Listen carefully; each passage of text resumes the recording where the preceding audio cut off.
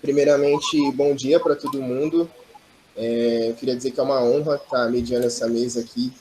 Significa muito uma mesa 21 sobre filosofia africana e a importância dela no combate ao racismo epistêmico. E hoje a gente tem uma gigantesca convidada. Eu queria agradecer de coração pela presença da professora Catiúcia Ribeiro, certo? Se não a maior, é uma das maiores expoentes na pesquisa de filosofia africana, filosofia quemética que a gente tem aqui no Brasil, quiçá do mundo inteiro, eu arriscaria dizer. É uma honra muito grande estar com a senhora aqui. Infelizmente, está sendo remoto. Eu queria muito que isso fosse presencial. Eu espero que a situação melhore para a gente conseguir se ver pessoalmente e os ingressantes também pisarem o pé no campus, né? Grande parte dos ingressantes que estão chegando nesse ano ainda nem conheceram a Unicamp presencialmente. Então, deixo aqui também as minhas boas-vindas aos ingressantes, sejam muito bem-vindos. Espero que vocês se realizem no curso de filosofia. E as minhas boas-vindas à professora Catiúcia, que eu vou fazer uma breve apresentação para quem não conhece, e eu já deixo entre parênteses que deveria conhecer, mas eu vou pegar minha colinha aqui, porque o currículo é grande e eu não me arriscaria a memorizar de cabeça. A professora Catiúcia, ela é professora, filósofa, coordenadora geral do Laboratório Guirumaan de Africologia e Estudos Ameríndios da Universidade Federal do Rio de Janeiro, a mesma universidade que ela fez a sua graduação e o seu mestrado, cujo título é Kemet, Escolas e Arcádias, a Filosofia Africana no Combate ao Racismo Epistêmico e a Lei 10.639. A professora Catiúcia tem palestra no TED Talks sobre reancestralizar as vozes através das filosofias africanas e atualmente é doutoranda em filosofia no programa de pós-graduação da filosofia na UFRJ e a pesquisa dela atualmente é sobre filosofia quemética. Sem mais delongas, então, que eu estou tão ansioso quanto vocês, eu passo a palavra à professora Catiúcia. Mais uma vez, professora, muito obrigado e seja bem-vinda. Gratidão, família Hotep. Hotep é uma saudação da antiguidade africana, do Kemet, que nos diz estejamos em paz, estejamos em equilíbrio, estejamos em sabedoria, né? Nós precisamos muito desse processo de sabedoria, desse processo de conhecimento, né, de reconfiguração para compreensão de outros horizontes possíveis no campo da filosofia. Fico muito feliz com esse convite, muito feliz em poder dialogar com a graduação, pós-graduação e principalmente com as universidades, né? Eu sou acadêmica, sou uma mulher nascida e criada dentro de um quilombo, que saí da minha cidade, vim para o Rio de Janeiro para estudar economia, fiquei doente e entrei nas vagas ociosas, que foi a filosofia. E eu sempre digo que foi uma escolha da ancestralidade, e hoje eu agradeço eternamente por essa escolha, porque a filosofia, ela foi um divisor de águas na minha vida, ela mudou totalmente a minha forma de ser e estar no mundo. E até aquele momento eu não tinha tido nenhum tipo de contato com filosofia, filosofia que eu conhecia lá nos Pampas, de onde eu vim, era somente falas, né, e expressões do cotidiano, mas não tinha um entendimento real do que era ser filosofia. Então, eu me debrucei no campo da filosofia, entrei para conhecer o que era esse saber, o que era esse conhecimento. Isso, inclusive, é uma fala que eu falei no próprio TED Talk, que eu disse que eu chego para estudar, chego para conhecer, né? Queria agradecer a presença de todo mundo e da minha mãe, que está aqui assistindo, a professora Sônia. Eles são do Laboratório de Africologia e Estudos Ameríndios, Jerumá, que é o primeiro laboratório de africologia vinculado à Universidade Temple, na Filadélfia. E nós estamos há algum tempo debruçados nos debates e nas pesquisas em torno da filosofia africana. Por que é importante eu falar um pouquinho do meu percurso acadêmico? Porque quando nós estamos falando desse processo de negligência dos conhecimentos africanos, dos conhecimentos negros nas epistemologias, nas filosofias, na história, na sociologia, enfim, em todos os campos nas quais as culturas africanas deveriam ser protagonistas como as que estão nos cânones atuais, é porque falar de filosofia é falar de estudo do ser, é falar de estudo da vida. E quando nós estamos falando desses estudos do ser, quando nós estamos falando desses estudos da vida, há um corte, uma fissura muito grande, né? De que vida nós estamos falando, né? Quais são os sujeitos que são protagonistas, são interlocutores do cânone da filosofia. Então eu entro na filosofia, essa ciência que estuda o ser, e me dou conta que o único ser que não é estudado pela filosofia são os que parecem comigo, ou os que parecem com os meus irmãos indígenas. Deixa eu ligar aqui o tempo para não me estender. Nesse sentido, eu me deparo com um debate que eu, até então, achei extremamente rico e importante no campo da filosofia ocidental, mas sempre faltava alguma coisa, né? Sempre faltava um elemento. E no meu primeiro período de graduação na Universidade Federal do Rio de Janeiro, no IFIX, no local na qual eu me formei, eu comecei a minha graduação na PUC, São Paulo, que morava em São Paulo. A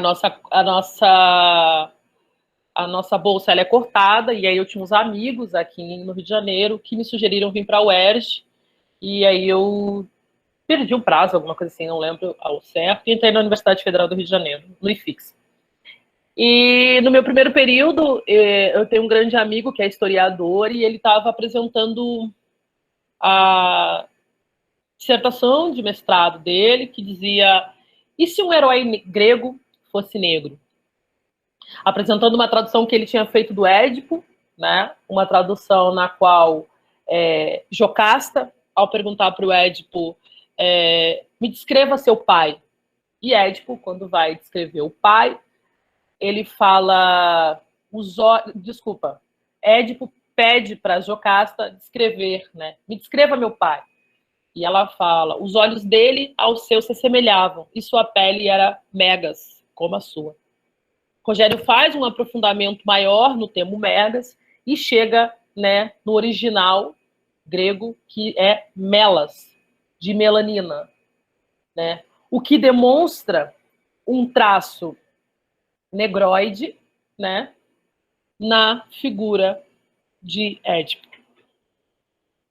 Então, naquele momento, em diálogo com George James e em diálogo com Marty Bernal, Rogério nos traz a possibilidade de pensar um horizonte jamais investigado nos campos das filosofias.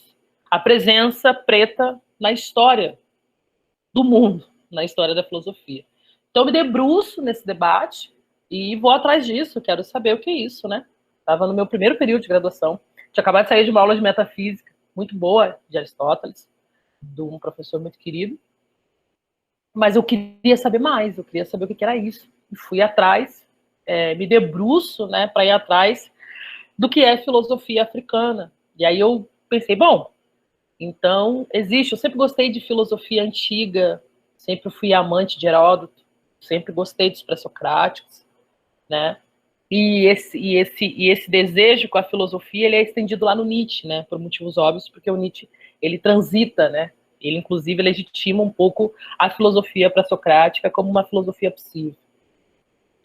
Nesse período, nesse momento, eu começo a fazer algumas investigações, eu já era leitora de Cheikh Anta Diop, e eu entro no universo que me apresenta Teófilo Benga, que tem uma frase que diz, que eu vou ler para vocês: todos os seres humanos adquiriram e continuam a adquirir sabedoria ao longo de diferentes rotas nutridas pelas experiências e nelas fundadas. Nesse sentido, a filosofia existe em qualquer lugar. A filosofia africana nasceu em tempos imemoráveis e continua florescendo. Quando eu li isso e li, não sei se vocês conseguem ver, bem aqui no cantinho está o livro dele, atrás dessa estátua, embaixo tem um livro que é A Filosofia Africana no Período Faraônico. E quando eu me deparo com isso, eu falei, meu Deus, é isso, é sobre isso que eu quero fazer na vida. E aí, né, chego na faculdade, chego novinha, né, que eu só tenho essa cara de 15, né, gente, mas eu tenho 40 anos, eu tinha 26 na época, chego, estava saindo, vindo para minha segunda graduação, tinha feito pedagogia e estava ingressando no campo da filosofia, então sempre gostei de educação, sempre gostei de dar aula, sou professora desde sempre. Minha mãe está aqui, eu conto que ela tem um caderninho que eu, na segunda série, eu vou salvar um jacaré, um desenho. E aí o jacaré pergunta, o que você é? E eu falo, eu sou professora. Que era um desenho que você tinha que ser quando você que você queria ser quando crescer. Então eu sempre sabia que eu ia ser professora. E aí eu sempre gostei muito disso e fui muito curiosa, Sempre, então, eu joguei a minha curiosidade para os estudos. Assim. Então, eu comecei a consumir aquilo. E eu entro no departamento de filosofia e procuro esse professor. Digo, professor, eu li algo extremamente incrível, nananana, que é filosofia africana. E aí há um estranhamento, né? Quando eu falo isso. E aí eu escuto a primeira pergunta, que é clássica, que é uma pergunta que, né, eu estou aí completando 16 anos de pesquisa na filosofia africana, desde o princípio da graduação até agora, né, que eu estou nas portas de concluir o doutorado, que é, existe filosofia africana? Então, nesse momento, eu levei um baque, né, porque até então eu acreditei, né, que se filosofia é o estudo do ser, me dei conta que todos os seres que são estudados, pesquisados, não dão conta de corpos como os meus. Corpo de preta, corpo de mulher pobre, né? A filosofia não transita com esses corpos, não dialoga com esses corpos, né? A filosofia ela é extremamente falocêntrica, né? Uma falosofia, como nos sinaliza uma filósofa nigeriana, e está a serviço, né, de manutenção desse status quo e dessa estrutura que sedimenta as realidades sociais. Então, como diz o professor Renato Nogueira, a filosofia é o bichinho de pelúcia do Ocidente. Ela questiona tudo, só não questiona a si mesma. E essa pergunta, ela não foi algo que me paralisou, né? Ela foi algo que me moveu. Ela foi algo que me impulsionou nesse período. Renato, que é meu amigo pessoal de muitos anos, mais conhecido como Dr. Renato Nogueira, está concluindo, né, o doutorado dele, está na eminência de fazer concurso para professor. Eu sento com o Renato e a gente começa a discutir, né, num aniversário, que o Renato foi, meu aniversário de 26 anos, inclusive ele me deu um livro de Epícoro, está aqui até hoje, que essa aqui é a estante que fica os meus livros do Ocidente, da filosofia ocidental. E, enfim, e aí nós começamos nesse debate. E aí, Teófilo Benga nos adverte que é um mero silogismo do racismo afirmar que a filosofia nasce entre o século V, século VI, com os gregos. Que o pensamento especulativo já estava presente nas mais diversas experiências humanas existentes nos territórios africanos. Em especial, os registros que nós temos, né, de comprovação científica datada versam de pelo menos 2.780 anos antes da Era Comum, que está na figura de Imhotep. Em seguida, nós também conseguimos aferir esse conhecimento em Ptahhotep, Amenhotep, Amenemhat, e na própria figura de Ma'at, né, que é o sistema filosófico que eu estudo na atualidade. Então, é de uma violência e de uma de uma soberba você dizer que o pensamento ele é inaugurado, ou melhor, ele parte de um milagre oriundo dos povos ocidentais. E essa pergunta permeou os debates e permeia os debates em torno da filosofia, né? Isso porque há um olhar que é um olhar atravessado pelo racismo epistêmico, que redesenhou e redefiniu a humanidade dos povos africanos, e a partir dessa definição dos povos africanos, determinou categorias de humanidade para determinados corpos e a categorias de animalidade para outros corpos, o que nós aqui reconhecemos e nomeamos como zoomorfização. Essa zoomorfização sistemática, ela é fundamental para a compreensão do olhar que foi construído frente às epistemologias africanas, indígenas, já que esses corpos são historicamente reconhecidos como animais selvagens, sem alma. Ou, né, como nós conseguimos ver em vários períodos da história da filosofia, como os povos de natureza selvagem, né? Que é que você precisa de um contrato civilizacional para tirar esses povos da condição de animalidade e dar a eles uma humanidade. Então, essas e outras inquietações, né, elas estão fervilhando nos debates. Sueli Carneiro, doutora Sueli Carneiro, que é uma expoente pensadora, filósofa, doutora, ela tem nos seus escritos um aprofundamento num conceito desenvolvido pelo Boaventura Santos Souza, que é o epistemicídio. Numa de suas entrevistas, quando ela é perguntada, né, defina o epistemicídio, ela diz, em primeira instância, eu sou a própria vítima do epistemicídio. Isso numa entrevista com Lázaro Ramos.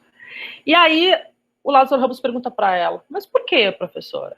Ela diz, porque eu fiz filosofia, me candidatei ao mestrado, e quando eu fui estudar, né, a única possibilidade de estudos que me era apresentada era filosofias ocidentais. Ela já tinha um conhecimento com Marcian Toa, que é um grande pensador, filósofo, e ela traz Marcian Toa, traz outros, né, protagonistas no campo da filosofia africana, enfim, e não consegue fazer essa pesquisa com esses pensadores. Ela diz, então, o meu corpo, ele é um corpo que não transita com esses saberes. Então, em primeira instância, eu sou a própria vítima do epistemicídio. Porque o epistemicídio, quando ele mata essas epistemologias, ele mata a mim mesmo, né? E aí também ela salienta algo que eu comprovadamente posso dizer, né? Porque o Laboratório Gerumar, ele é vinculado ao Departamento de Africologia e Estudos Ameríndios de Temple, então eu já fui 2 vezes a Temple. Estou agora tendo orientação em acesso remoto, porque o meu co-orientador é da Universidade de Temple, Dr. Kimani Nehush. E aí ela diz assim, aí eu saio do país e me dei conta que esse debate está extremamente avançado e que nem sequer é conhecido pelos seus pares. Ela diz, e esse é o locus fundamental para a compreensão da ausência desse debate nas universidades. Eu também fiz um artigo com o professor Renato Nogueira, na graduação ainda, né, nesse processo de transição, graduação e dissertação, na qual nós fizemos uma investigação nos departamentos de filosofia e todos, absolutamente todos, departamentos de filosofia no Brasil eles estavam falando, né, os conteúdos programáticos também eram sempre os cânones da tradição. Então, a grande pergunta, né, que nós precisamos fazer quando nós estamos pensando filosofia africana é se a filosofia parte da compreensão e razão humana, porque seres africanos, seres indígenas, não são referenciados como teóricos e teóricas no campo da filosofia. Essas e outras inquietações transitam os debates em torno da filosofia africana no Brasil, que nos direciona a uma premissa comum. O esvaziamento da filosofia africana é fruto de um processo, de um epistemicídio sistemático que invisibilizou os conhecimentos africanos, pois a concretização desse conceito ela só é possível a partir do racismo construído em diferentes rotas nutridas coloniais.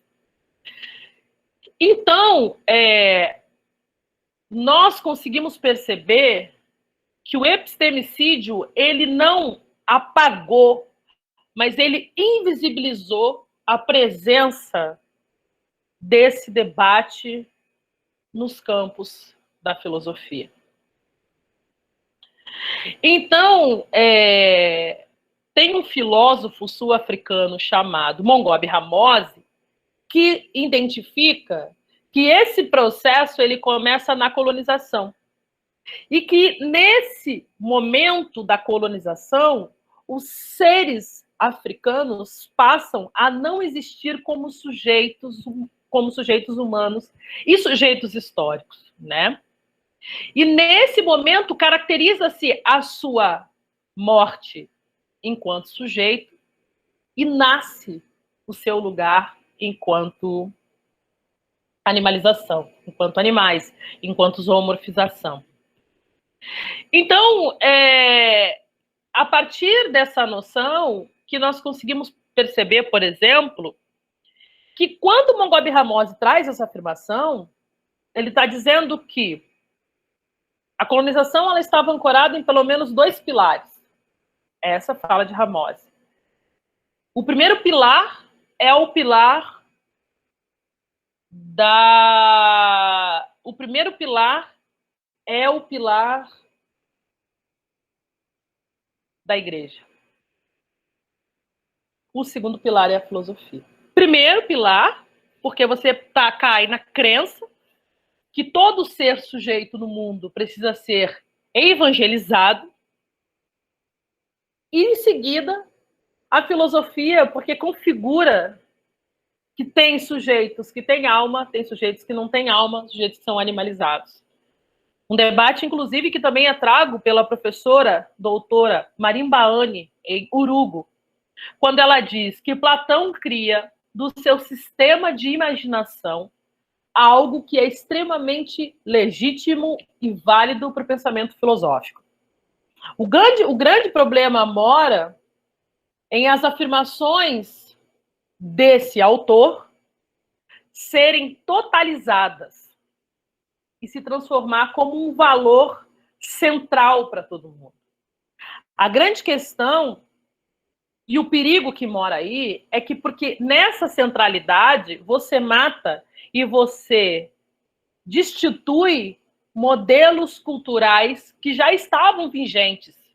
E existiam outros modos de produção de filosofia nesses espaços, que eram as Áfricas, né?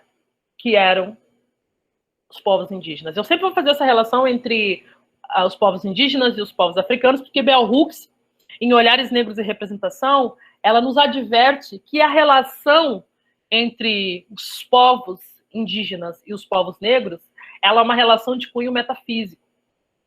Antes de chegar à caravela, antes de chegar a esses encontros promovidos pela colonização, tinha um encontro que era um encontro metafísico da alma, porque ambas experiências não têm a razão como um único elemento que constitui o ser. outros elementos são atravessados por essa experiência filosófica. Então, quando o Mongob Ramose, ele corretamente coloca esse debate no centro das relações injustas construídas no período colonial, entre essas relações desiguais entre a Europa e a África, o continente europeu, que nos seus quase 500 anos, né, e muito mais, de hegemonia escravocrata sobre os povos, ele redesenhou o olhar frente ao continente africano, inferiorizando para manter a supremacia, o status quo. Nós podemos reconhecer nessa invisibilização pessoas pretas, pessoas indígenas, mulheres, podemos colocar travestis, transexuais, gays, lésbicas, tudo que está fora desse modelo de ser, esse modelo de sujeito, que está redefinido por essa filosofia. Porque filosofia, quando ela está pensando ontologia, ela também está redefinindo qual é o ser que tem legitimidade humana. E é por isso que o Ramose faz essa aferição na participação e presentifica a filosofia na construção da inferioridade que está aí posta. Porque existe um modelo hegemônico de humanidade que a filosofia alicerçou. Esse ser que pensa, logo existe, ele é um ser, né, que é homem, branco, cis, hétero, cristão. Mesmo que seja ateu, será visto como cristão numa sociedade que a norma é ser cristão. Logo, são os protagonistas da filosofia. Essa é uma afirmação do professor Renato Nogueira. Então, com essa inferiorização, mantendo essa supremacia, né, todo e qualquer protagonismo já existente, né, tornando essas referências invalidadas e colocando apenas referências únicas e universais. Se seres africanos passam a não existir como seres humanos durante o processo de colonização, caracterizando a eliminação dos protagonismos desses povos no cenário mundial, e é a partir desse momento que nasce esse olhar escravocrata, que torna a identidade única dos povos destruídos no processo colonial.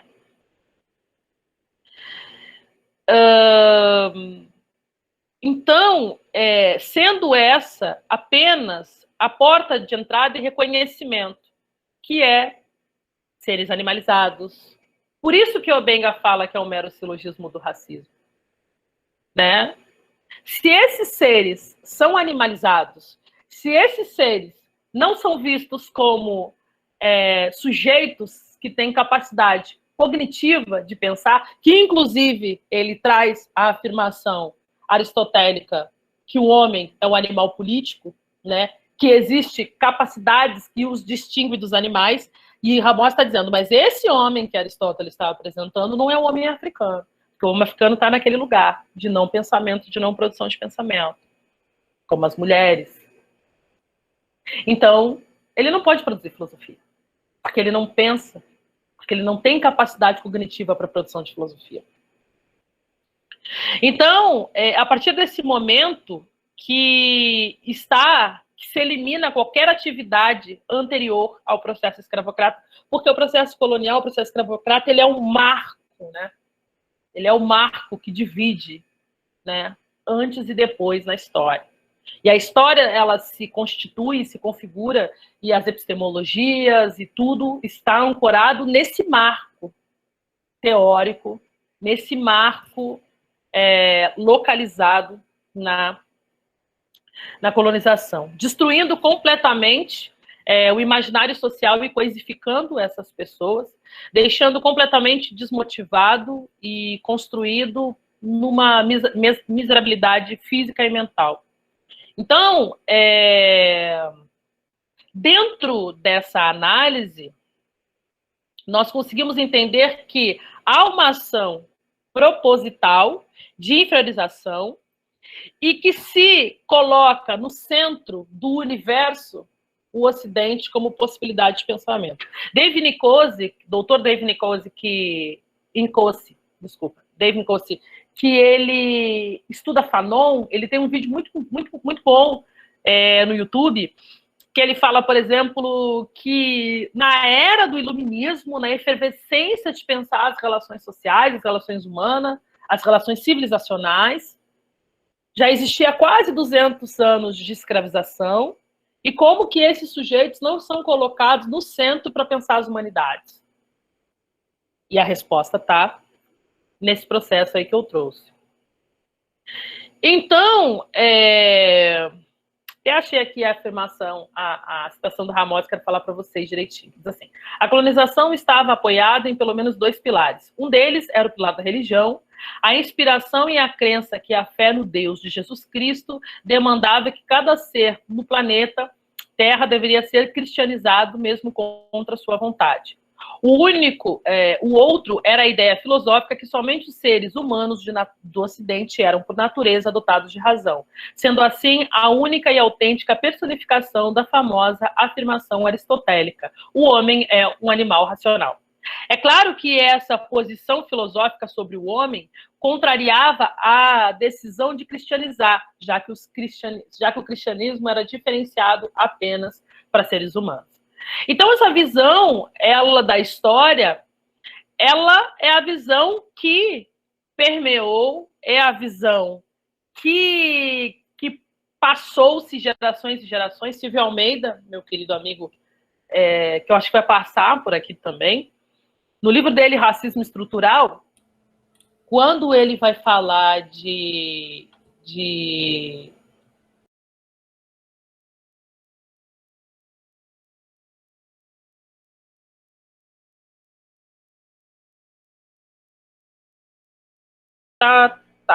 Eu estava falando para vocês da citação, né, do Mongobi Ramose, e falando como a filosofia, né, para o Ramose estava ancorada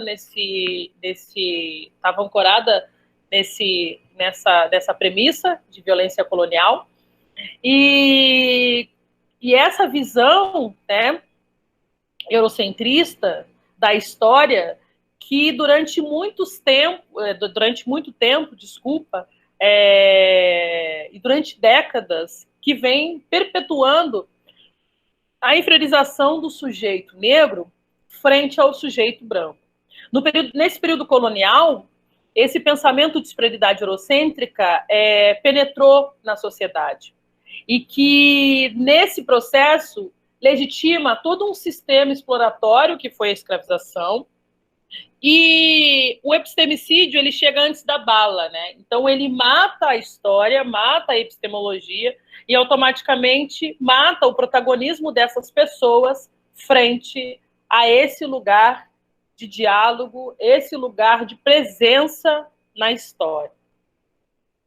O racismo, ele foi essa chave para fechar esses sistemas de valores africanos e desumanitários, e também das culturas africanas indígenas, né? Porque essa animalização coloca esse sujeito nesse espaço.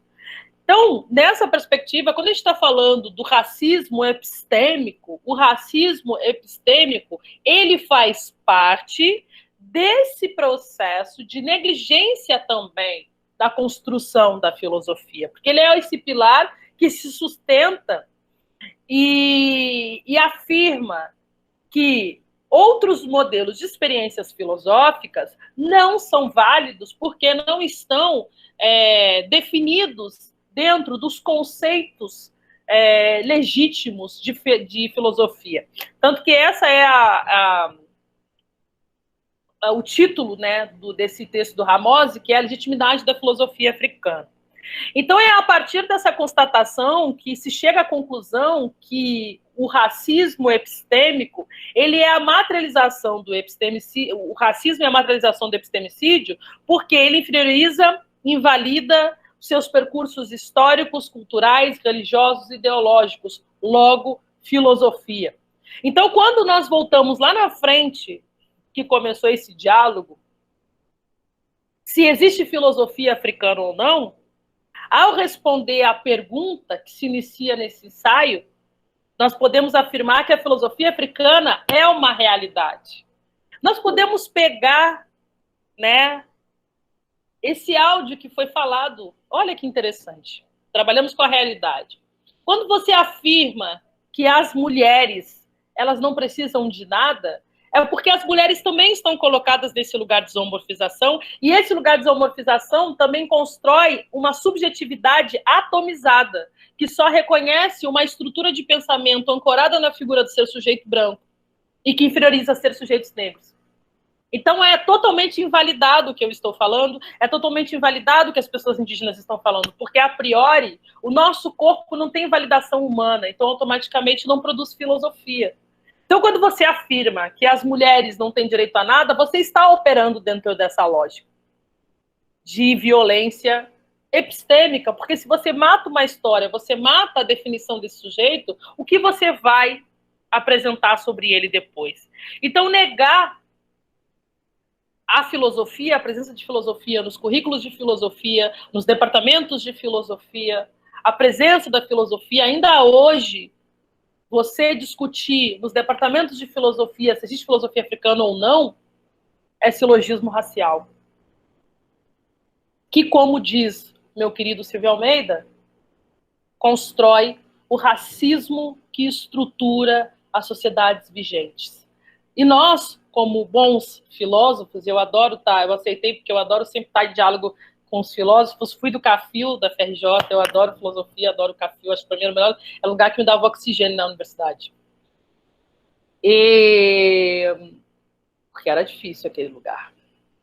Enfim. E sinalizando que eu fui a única pessoa preta que saí, né? Entrei e saí, assim, então foi um percurso muito solitário a minha graduação. E eu ainda fui ousada, quis estudar outra coisa, então aí o meu processo de distanciamento foi infinitamente maior. Eu quero também sinalizar que vai subindo aqui os nomezinhos dos textos que a gente está lendo no Gerumá, porque o João está aí, o Igor está aí, a professora Sônia Mestre está aí, que é minha mãe, mas também constrói esses debates comigo, está lá. Eles vão trazendo as referências. Mas caminhando para o final, porque eu quero muito mais ouvir vocês do que trocar, o que nós temos que compreender é que a filosofia africana, ao entrar nos currículos escolares, tanto na graduação, quanto na pós-graduação, ou até mesmo nos períodos que antecedem as graduações, que são o ensino fundamental e o ensino médio, ela é a possibilidade que nós temos de descentralizar esse conhecimento que é universal, como nos traz o Mongobe Ramose, e a partir de uma perspectiva, de uma hipótese, de uma filosofia pluriversal, você não ter mais um centro de localização de pensamento, mas você ter centros, possibilidades.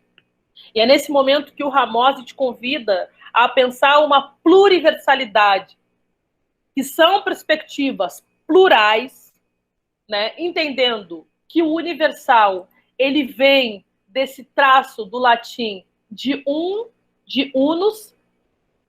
Esse unus é sempre versus de algo. Então, você sempre está nessa premissa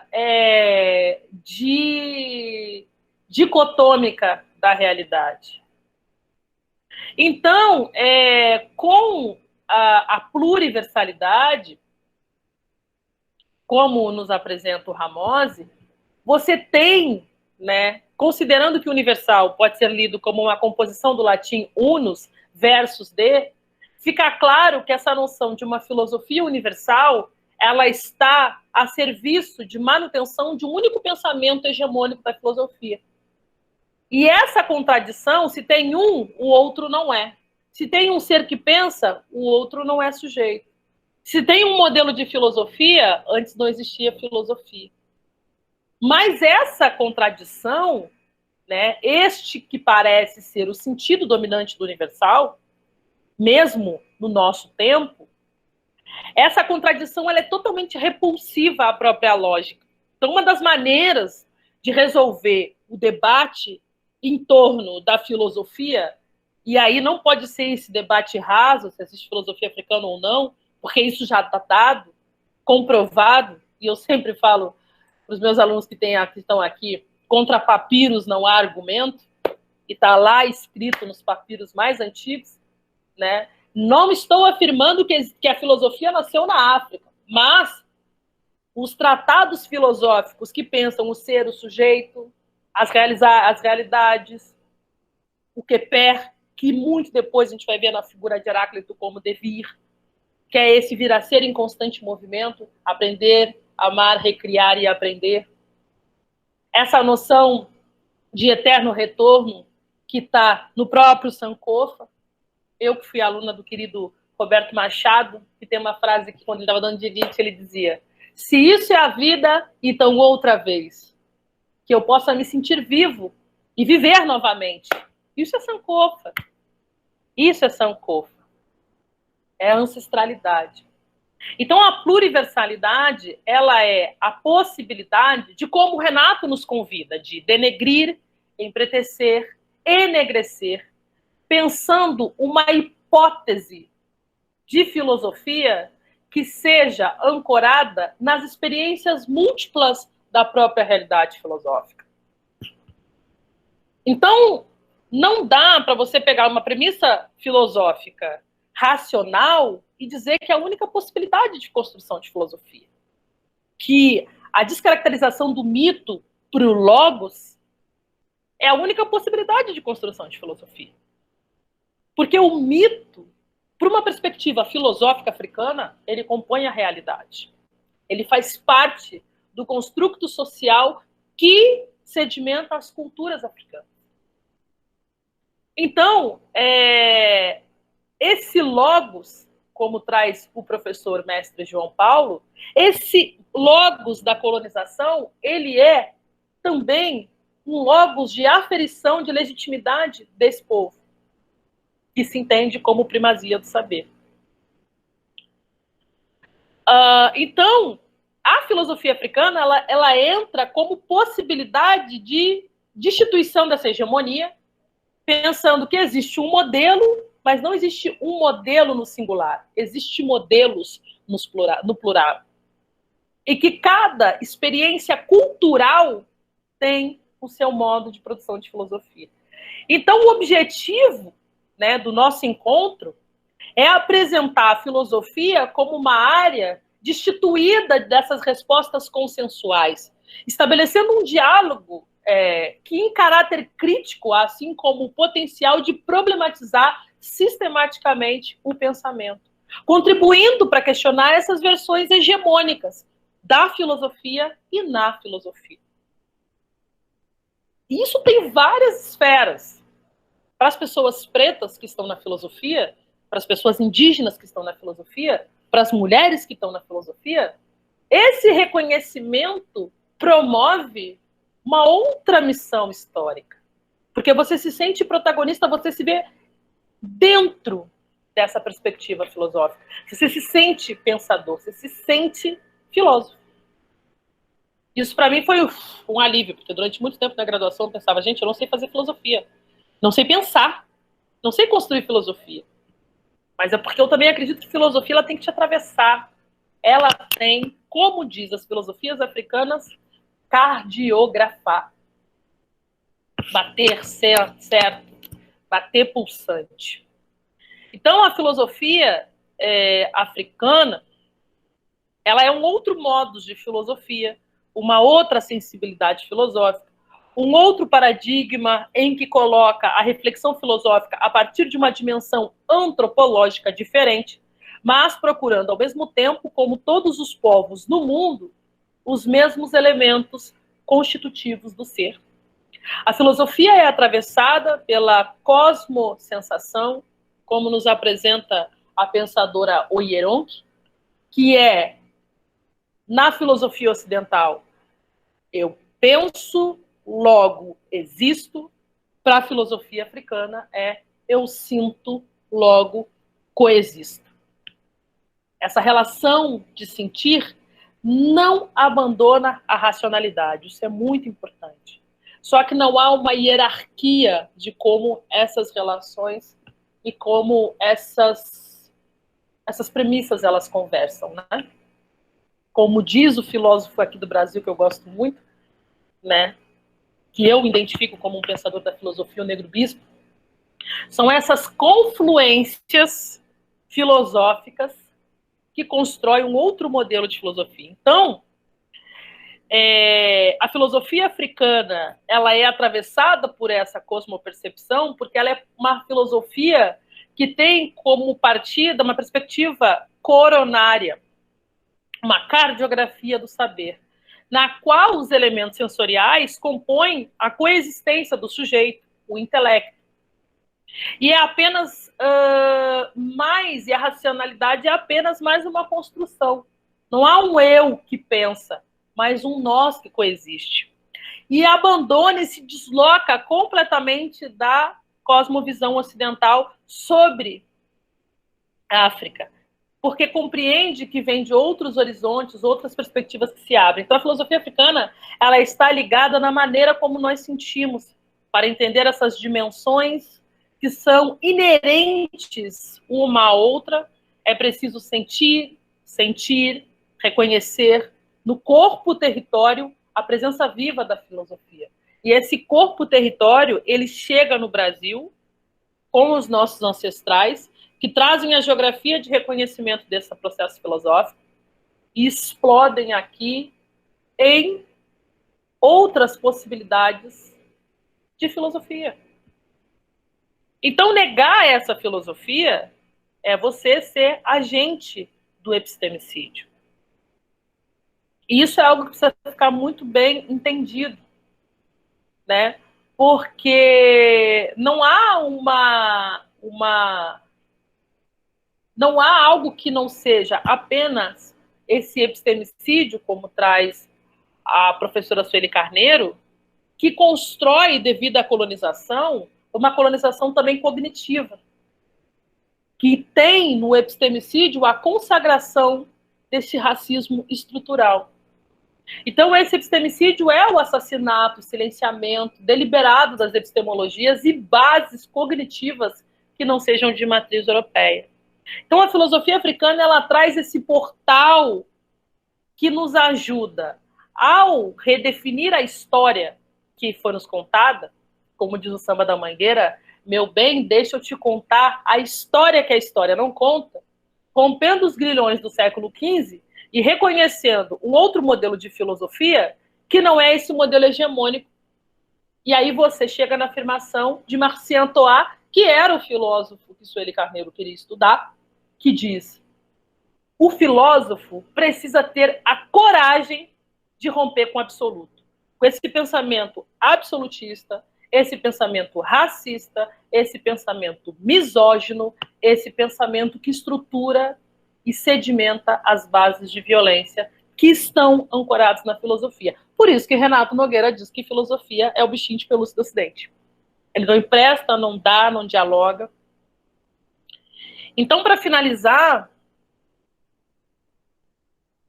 nós conversarmos um pouquinho, é entender que negar a presença da filosofia com uma aparente neutralidade de ideias filosóficas, né? Porque a discussão é, por exemplo, Vinícius, acho que foi Vinícius o nome, né?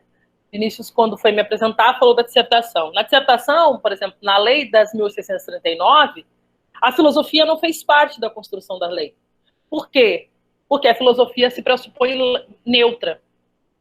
E a neutralidade da filosofia, essa aparente neutralidade das ideias filosóficas, escondem uma cartografia imperial, implícita, que funde nesse espaço e raça.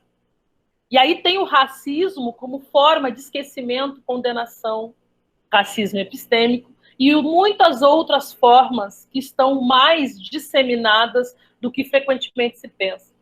Está escrito na cartografia do que muitas vezes se considera como um pensamento crítico, um trabalho filosófico consistente. Mas quando a gente chega, por exemplo, na figura kantiana, que fala que os negros precisam ser dispensados a pauladas, nós conseguimos compreender que ali não há neutralidade, né? Ou tantos outros pensadores da filosofia. Como diz um professor que eu tive a felicidade de estudar quando eu estive na Universidade de Nova York em 2018, a filosofia é a mais branca dentre todas as áreas no campo das humanidades. Ou como diz o próprio Conapiá, filosofia é um rótulo de maior status do humanismo ocidental. Pretende-se, com o direito à filosofia, reivindicar o que há de mais importante, mais difícil e mais fundamental na tradição do Ocidente. Ou seja, é de fundamental importância para ontem os departamentos de filosofia abrirem debate para as filosofias africanas, abrirem debate para as filosofias ameríndias, abrirem debate para a filosofia das mulheres. Mas daí, meus queridos amores, para finalizar, abrir esse debate é abrir para os hackers entrar, é abrir para essa estrutura hegemônica que está aí, é abrir para destituir que o homem branco, cis, heteronormativo é o sujeito protagonista do mundo, porque você está dizendo, se até hoje você fala que quem pensa existe, e você está negligenciando essas presenças, quando você entra com a filosofia nos espaços escolares, você possibilita que as pessoas pretas, que as pessoas indígenas, até mesmo as mulheres, tenham um olhar menos subalternizado sobre si. E você torna as pessoas brancas menos refratárias ao racismo. Então, o debate sobre a filosofia africana não é um debate para massagear o ego de pessoas pretas, para reconhecer que são grandiosas, porque isso está no nosso DNA mitocondrial ancestral. Então, a gente sempre sabe que a gente foi grandioso. É para devolver para essa sociedade racista, essa sociedade machista, essa sociedade misógina, essa sociedade homofóbica, gordofóbica, que existem outros modelos de estética, outros modelos políticos, outros modelos históricos e outros modelos filosóficos.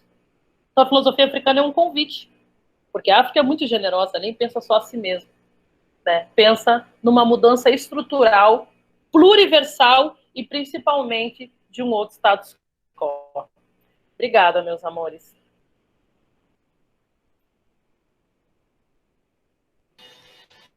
Professora, muito obrigado.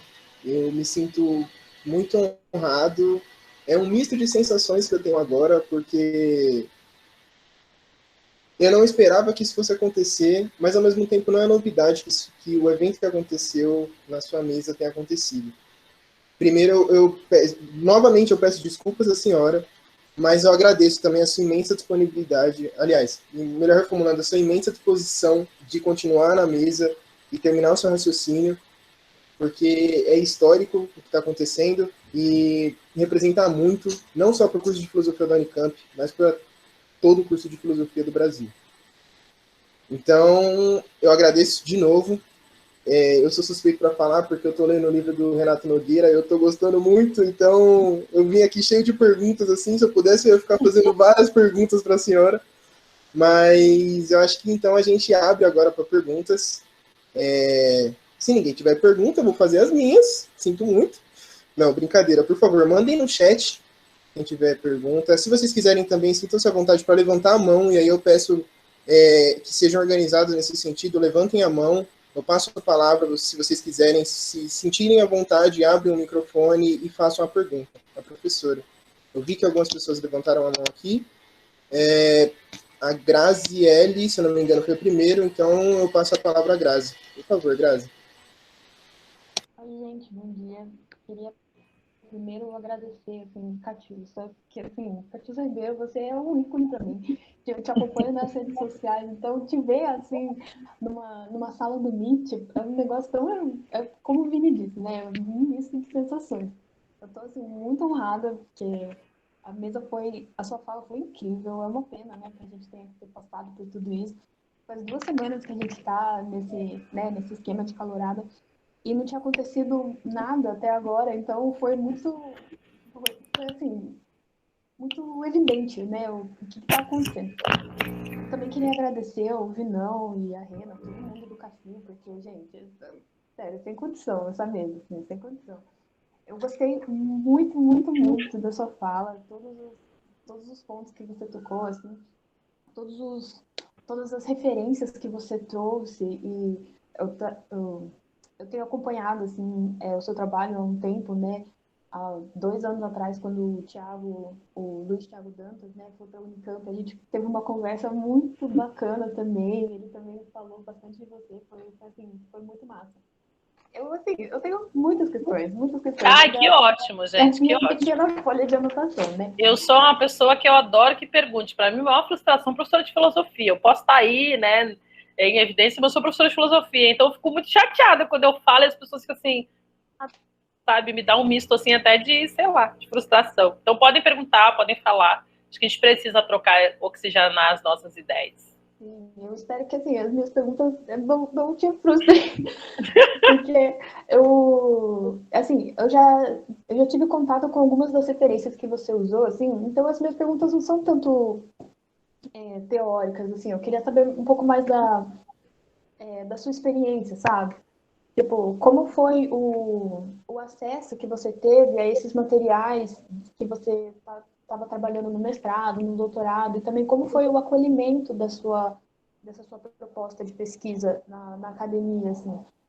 Se você puder falar um pouquinho da sua... Maravilha, adoro responder essa pergunta. Bom, Deixa eu fazer mais antes de você, claro, porque eu tenho claro. muitas questões. Daí você já embala tudo.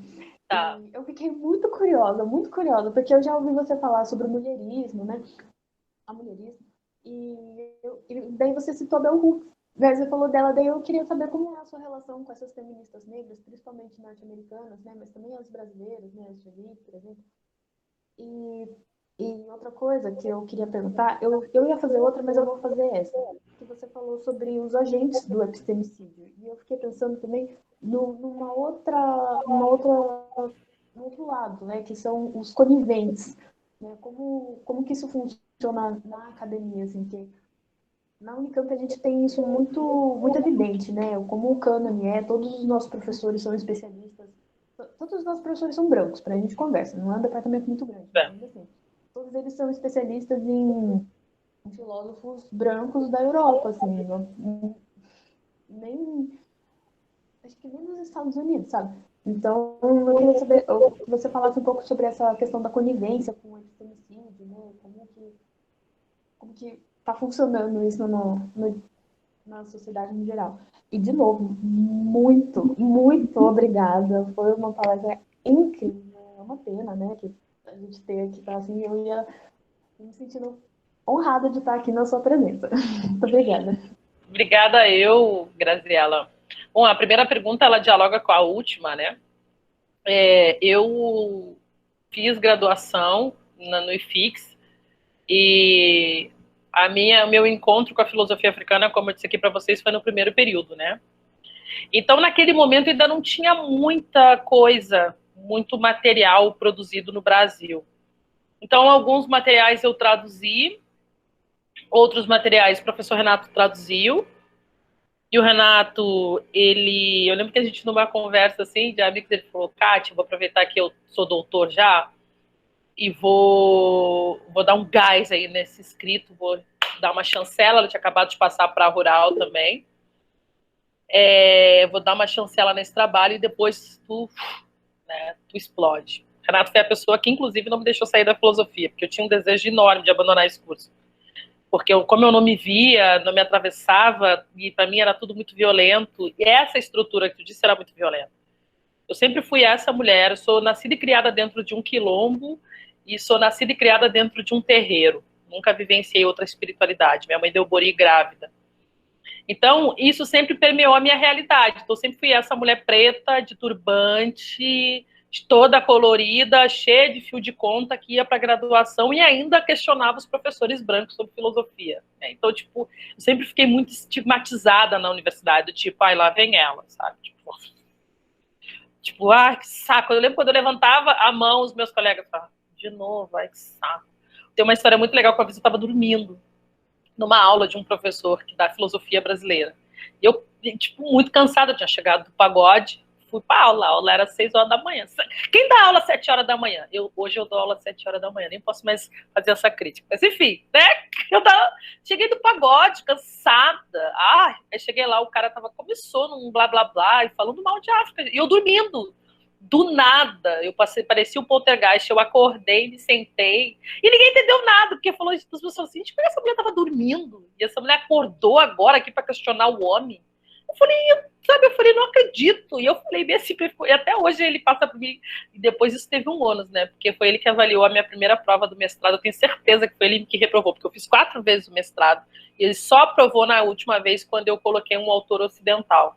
Então, isso é esse epistemicídio, sabe?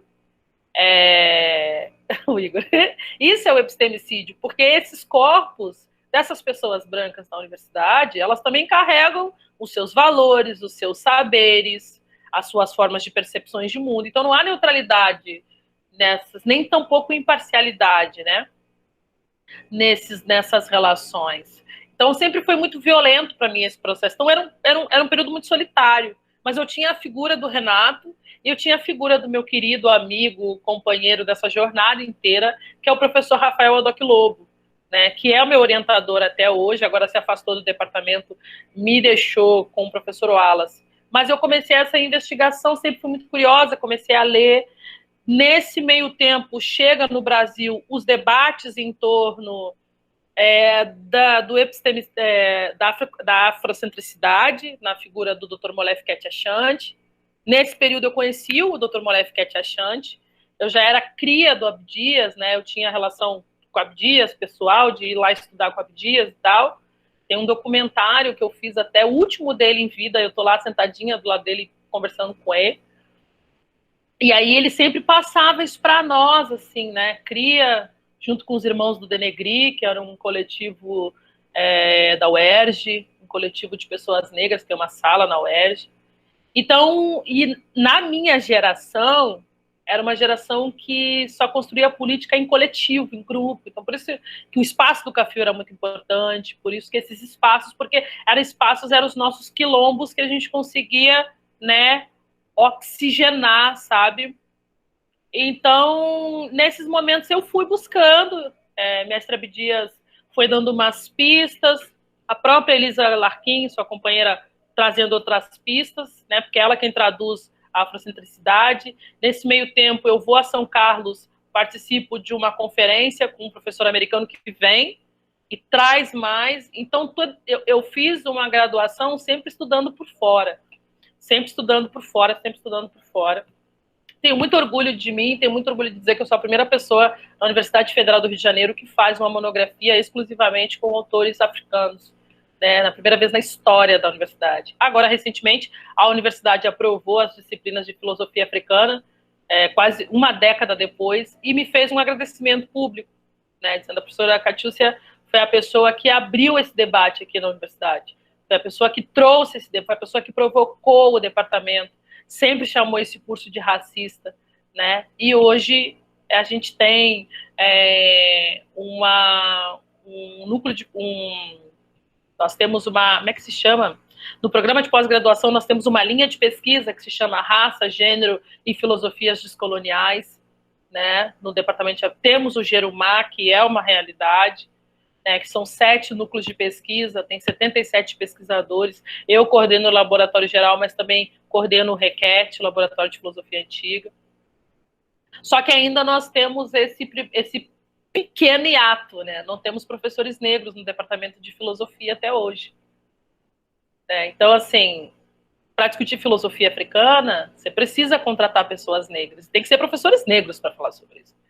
Não dá para você fazer uma uma seleção de professores e você contratar professores brancos. Hoje a gente tem o professor Luiz Thiago, doutor Luiz Thiago, doutor em filosofia africana. Nós temos o professor Walter, doutor Walter, recém-formado, que, como eu, também se debruçou nas investigações em torno da filosofia africana antiga. Tem eu, que estou aí às portas de conclusão de doutorado. Então, assim, nós já temos hoje, e não só no IFIX, na Unicamp, na URGS, na UFBA, na UNEB, em todos os cantos desse país, os cursos de filosofia precisam abrir para outras vozes. Se filosofia é estudar o ser, estudar o sujeito, e uma das coisas que eu sempre usava como referência na filosofia, no departamento de filosofia, é porque na frente do prédio de filosofia do IFIX tem várias pessoas que estão em situação de vulnerabilidade social, que estão em risco de rua, moram na rua,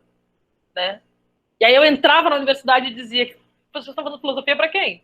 Vocês estão entrando aqui, e isso era a grande raiva dessa galera, tipo, né? Vocês estão entrando, porque assim, quem limpa aqui são os pretos. Os pretos estão aí na porta, dormindo. Aí vocês estão vindo aqui para falar de, sabe? Vocês estão vindo aqui para falar de ser, sujeito, contratos e não sei o quê. Vocês estão vindo aqui para falar de imperativo. De quem que vocês estão falando? Para quem vocês estão falando? Então, a filosofia sempre foi esse curso muito elitista, a gente precisa, né, destituir isso. Nesse meio tempo, eu também conheci o mulherismo africano. Sou mulherista desde os 24 anos de idade. Mas eu consigo reconhecer as contribuições que mulheres pretas fazem. Eu acredito em raça como o primeiro pilar. Então, eu nem olho para ela como uma feminista, eu olho para ela como uma pessoa que construiu epistemologias que são válidas, né, para o campo do debate. Eu sou uma filósofa também. Então, eu consumo, né, tudo que é construído. Sempre fazendo um debate crítico, porque eu tenho uma crítica bem pesada ao feminismo e ao feminismo negro, sobretudo sobre o feminismo branco. E acho que mulheres brancas precisam e devem ser feministas, né, porque é sobre elas. Agora, eu tenho várias outras discussões em torno do mulherismo, mas eu leio Bell Hooks, né, leio Lélia, leio Sueli Carneiro. Já tive em mesa com a Sueli o ano passado, né? E a gente conversou muito sobre isso, né? Sueli Carneiro foi a pessoa que, quando eu ia desistir da graduação, falou: você não vai fazer isso não, minha filha, você vai ter que ir onde eu não fui. E eu sentada, chorando, eu não quero mais. Ela falou: mas querida, você não tem. Até aí depois é muito engraçado, a vida é muito louca, a ancestralidade é muito incrível. Um dia depois que eu defendi o mestrado, eu encontrei com ela, me abracei, chorei, agradeci. E ano passado a gente fez uma mesa juntas, assim, para mim foi uma grande honra. A Sueli é uma grande mulher. E são mulheres, eu acredito muito também no tempo histórico, assim. São mulheres que, no seu tempo histórico, construíram a partir da sua realidade. O mulherismo, ele não veio destituir o que já está. Ele veio avançar os debates na qual nós sejamos o centro. Não sei se eu te respondi. Obrigado pela resposta, professora. Obrigado pela pergunta, Grazi. Professora, desculpa, eu nem tinha te perguntado, mas a senhora prefere responder pergunta a pergunta ou responder em blocos? Pode ser, não sei, vocês que escolhem, acho que em blocos. Pode ser. Pode ser? Porque, se depender da gente aqui fazendo pergunta, acho que a gente vai estender o teto de meio-dia e aí vai embora. Mas então, vamos fazer o seguinte, tem duas pessoas aqui, a Renata tinha levantado a mão e a Lívia também. Então, eu peço, a gente faz um bloco de duas perguntas, a senhora responde, pode ser? Pode sim. Beleza, então. Então, por ordem, eu peço que a Lívia, se você quiser abrir o microfone, claro, Lívia, pode fazer a pergunta, por favor. Tá certo. Em primeiro lugar, eu tô nervosa pra caramba, porque eu nunca imaginei que ia estar falando com Catícia Ribeiro ao vivaço, porque eu vi alguns dos seus vídeos de mesas no YouTube sobre filosofia africana, e eu achei absolutamente incrível, porque desde o ensino médio, eu estudo história, tá? Eu não sou da filosofia. Meu segundo ano de graduação na história. E eu sempre me via incomodada por não estudar a história da África e da Ásia, só a questão da descolonização. Então, essa questão de ver esses novos paradigmas e pensar, não, mas eu não estava louca, porque eu perguntei para o meu professor de filosofia no ensino médio, porque, sei lá, a gente não estuda filosofia asiática, né, o confucionismo, por exemplo, E ele pegou e falou, mas não é exatamente filosofia, vai para um lado mais religioso. E eu fiquei meio assim, né, tipo, mas é? E agora eu vejo que não, então foi absolutamente incrível. A minha pergunta, vou tentar ser breve, é como a filosofia te conecta com a ancestralidade, mas acima de tudo, a minha pergunta principal, por que a ancestralidade importa hoje? Pessoalmente, eu estou num momento em que eu não sei, eu sou descendente de japoneses, mas também descendente de europeus, então eu tento, lendo obras de mulheres negras em questão de raça e de gênero, eu tento ver o que eu posso aprender com aquilo, né? E isso é a contribuição de uma professora de sociologia que eu tive, que me apresentou, né, feministas negras e falou como elas são importantes, então tudo isso eu devo a essa professora. E, enfim, é isso. Muito obrigada pela palestra, eu nem sabia que ia ter, só mandaram uma mensagem no grupo do WhatsApp, pensei, meu Deus. E é isso, muito obrigada. Obrigada eu. Bom, eu falo muito de ancestralidade, né? Tenho escrito muito sobre ancestralidade. Eu tenho dito, inclusive, que o futuro ele é ancestral. O professor Renato Nogueira, num dos seus escritos de filosofia, das suas grandiosas contribuições no campo da filosofia, ele fala sobre que a filosofia é um exercício espiritual. Então, quando tu traz confucionismo, ai meu Deus, confucionismo não está saindo, mas enfim, tu entendeu? E essa era a mesma pergunta que eu escutava, assim, não, mas isso está muito mais no campo da religião, né, e tal. Então, a ancestralidade, ela não é somente o reconhecimento de quem nos antecedeu. A ancestralidade, ela é o agente que impulsiona a nossa perspectiva e relação com o mundo, né? Então, se nós olharmos para a ancestralidade e nos ancorarmos na ancestralidade, a gente vai entender que nós não somos seres únicos. E vamos entender o que o filósofo Mongobi Ramose nos traz como uma ontotriádica, uma ontologia que só pode que se pressupõe apenas com os adventos da ancestralidade. Eu sou hoje porque eu fui ontem e eu vou ser amanhã. Então, como eu vou refletir o mundo não pela singularidade? Porque eu não sou um ser sozinho. Não sou um corpo só. Não sou um corpo no mundo sozinho. Então, você não pode partir da premissa que eu sou algo. Nós somos alguma coisa. Então, a ancestralidade ela é um componente que está em vários aspectos, em vários locais. E não necessariamente somente nos nossos ancestrais que nos antecederam. Aqui tem um componente ancestral. Vibrar essa energia é um tratado ancestral. Porque isso vai tocar em dimensões de transformações para o futuro de vocês. Isso é fundamental. Então, a ancestralidade ela é o vetor, ela que move. E partindo da filosofia africana, numa filosofia que está ancorada na ancestralidade, e o próprio filósofo Teófilo Benga diz, experimenta tirar a matéria do espírito. Você tem um espírito incompleto, você tem uma matéria incompleta. Então, filosofia é a reflexão sobre a vida. Só que a vida ela só existe a partir de uma realidade metafísica para a filosofia africana. Então, a ancestralidade ela me move. Alguém me perguntou aqui se eu faço yoga kemética. Faço com o Seba Kofieru. Quando eu estou ali naquele exercício da Kemet Yoga, eu estou me conectando com o meu Kati, que é como chama o nosso corpo, né, no Medo Neter antigo. Medo Neter é o nome original do hieróglifo. Hieróglifo é um nome dado pelos gregos.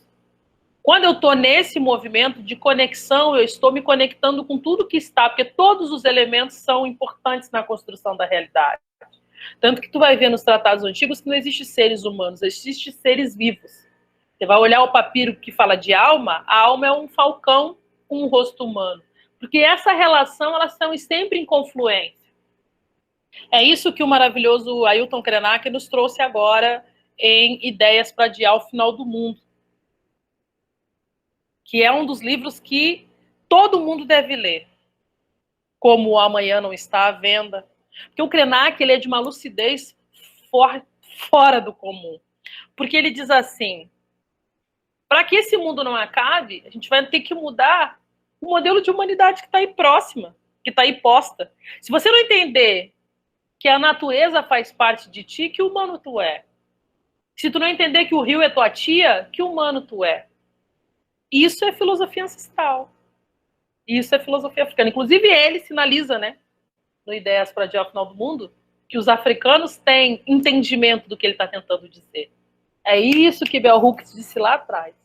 Aliás, leiam esse texto da Bell Hooks, é muito bonito. Muito bonito, muito bonito, muito bonito. Porque ela descobre a ascendência dela indígena. E ela vai fazer uma investigação sobre isso, que a avó dela, inclusive o nome Bell Hooks, é em homenagem à avó dela, que era uma mulher indígena. Então, a ancestralidade, ela é isso. Ela move, ela transforma. Em Amarelo, documentário do meu querido amigo Emicida, ele fala isso quando ele abre. Exu matou um pássaro amanhã com a pedra que ele atirou ontem. Então, é entender que o ontem ainda é o hoje. Porque quando eu comecei a falar com vocês, já está no ontem, já foi, já plasmou. E quando nós terminarmos aqui, é o futuro. E elas se relacionam, essa relação, o tempo inteiro. Isso é um componente ancestral.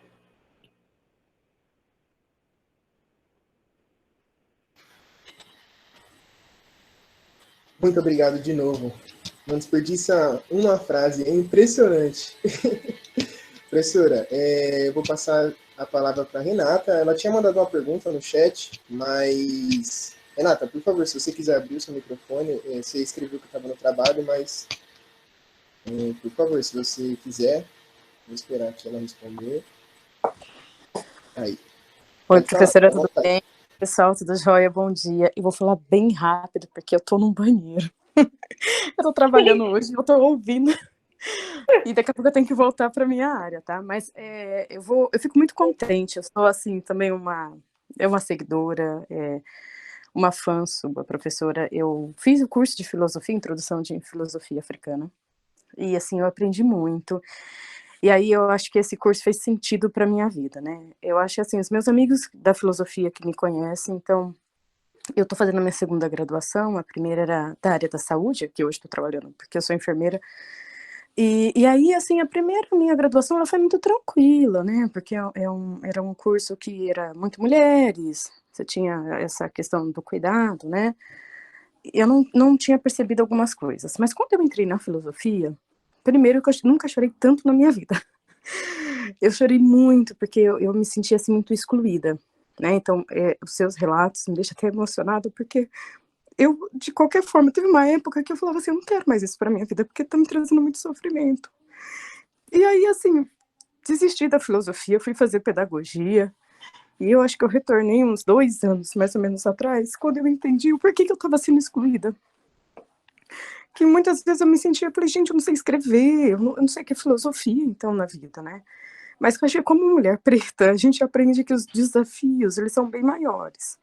E eu tive vários problemas, por exemplo, eu sou aluna do IFISH, né, e da Unicamp, e aí foi um momento, assim, que eu falei, não posso desistir, porque eu acho que é isso que o sistema quer, me excluir, né? Eu posso fazer um curso, ser muito bem sucedida numa área que eu vou servir porque eu sou mulher, mas eu não posso fazer um curso e ser bem sucedida num momento, num curso que me ensina a pensar, porque não é isso que o sistema quer.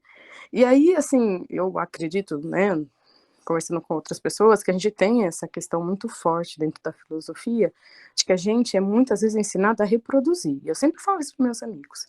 Eu entendi que se eu quisesse terminar o meu curso, que agora, graças a Deus, eu me formo, eu teria que reproduzir. Eu não poderia pensar, porque pensar significa que eu estou fora da caixa, e é nesse sentido que eu me sentia minha vida toda excluída dentro desse curso. Mas eu te fiz uma pergunta porque, assim, terminando agora a minha graduação, eu tenho algumas experiências na área da educação e eu fico pensando qual que é a formação desse professor da filosofia, né? O semestre passado eu cheguei a fazer um curso, o estágio que a gente faz obrigatório, E foi muito interessante eu ter feito, porque a gente trabalhou com o livro do professor, né, do Renato Nogueira. E eu achei, assim, fantástico. Eu nunca tinha, talvez foi nisso que eu quis fazer o curso de filosofia africana, no introdutório, porque eu não tinha noção do que era filosofia. E hoje, por exemplo, quando a gente tenta discutir, mesmo aí na faculdade, ou quando a gente tenta, por exemplo, que eu sempre quis fazer filosofia para ser professora de ensino médio, eu percebo que a gente tem uma dificuldade enorme porque não é aceitável. Então, todos os livrinhos que eu tenho né, que eu tenho uma outra função, que então é professora, eles vêm lá, Tales de Mileto, assim, a filosofia começou na Grécia, aquela coisa toda. E aí eu percebo que eu não consigo entrar dentro das questões, nem pela Lei 10.369, não consigo entrar para falar sobre filosofia africana. E aí eu percebi que tem um movimento mais da educação, para falar da educação decolonial. Então, tipo assim, eu posso falar do colonizador, eu posso falar de algumas coisas, mas ainda eu não tenho aquela questão da filosofia africana como um protagonista, sabe? Parece que eu tenho a sensação de algo que acaba rodeando, mas que ainda não é aceito. Aí, então, a minha pergunta era como que eu consigo potencializar a filosofia africana na formação desse professor para o ensino médio e, de uma certa forma, eu sei que a educação decolonial é super importante, mas como eu vou conversar? Porque parece que uma vai e a outra é mimimi, isso não existe, né? Não é enxergado como até um racismo epistêmico, como a senhora estava falando, professora. Mas, obrigada. Eu ainda escrevi aí para o Vini e falei assim, eu tenho certeza que um dia eu vou estudar com ela, ainda vai ser minha professora, e eu tenho fé que, assim, as minhas ideias, que são muito malucas, que eu também sou do santo, que de até um tempo eu percebi que era o meu ori mesmo falando, e eu tinha que ir, e foi assim que eu estou encerrando esse curso para daqui respirar e falar, não, eu também tenho muito trabalho, né? E o seu depoimento com a professora Sueli Carneiro foi assim, me emocionou. Porque realmente assim que a gente se sente, né? Que sempre precisa alguém chegar, ajudar, né? Mas obrigado pela palestra. Vou desligar aqui porque eu tenho que voltar, mas eu vou ficar ouvindo. Um beijão, gente. Maravilha, ótima pergunta. Tu sabe que, bom, primeiro que o teu choro, ele muito me representa, assim, porque me acompanhou durante todo o período da graduação, né? Depois eu fiquei 4 anos tentando fazer a prova do mestrado. Não passava, chegava na entrevista, pum, parava. Até que o Renato disse para mim, Kátia, vai ter que fazer o jogo, vai ter que colocar um autor do cânone da tradução para entrar. E aí eu coloquei o Deleuze, né, falando que filosofia ela é reformulação de conceitos e tal, e aí passou. Então eu entendo como é esse processo, né, angustiante, e como é um processo de dor que nós passamos no período da graduação.